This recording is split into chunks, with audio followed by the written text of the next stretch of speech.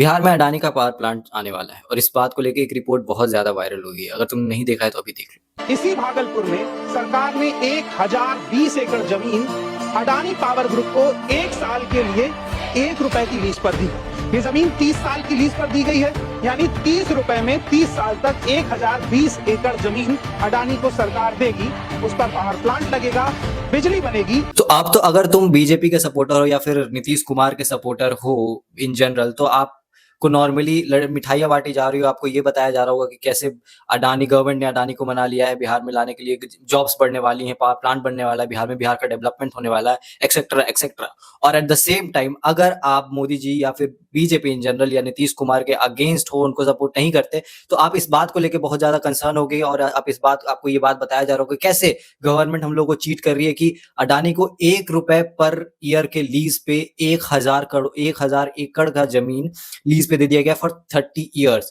तो अब मैं तुमको ये पूरे न्यूज के को कंपेयर करके बताऊंगा ना कि कैसे तुम्हें, मैं अपनी लास्ट वाली वीडियो को प्रूव करूंगा क्यों तुम्हें कोई भी साइड पे नहीं रहना चाहिए और न्यूज और बातों को ही एनालाइज करना चाहिए।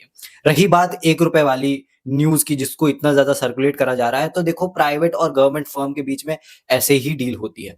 गवर्नमेंट प्राइवेट फर्म को जमीन या फिर रिसोर्सेज प्रोवाइड करती है ताकि वहां पे आके अपना वो प्राइवेट फर्म इन्वेस्टमेंट कर सके और जॉब्स क्रिएट कर सके और रिसोर्सेज दे सके स्टेट डेवलपमेंट के लिए।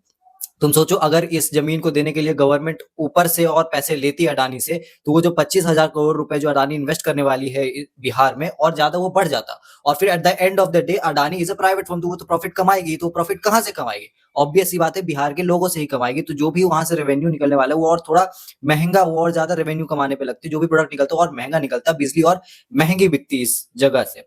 अब इस न्यूज के बीच में जो एक्चुअल कंसर्न है वो बहुत ज्यादा दब जाता है। कंसर्न यहाँ पे एक्चुअल ये है कि कम से कम 850 किसानों का जमीन यहाँ पे गवर्नमेंट ने लीज पे दे दिया है अडानी को।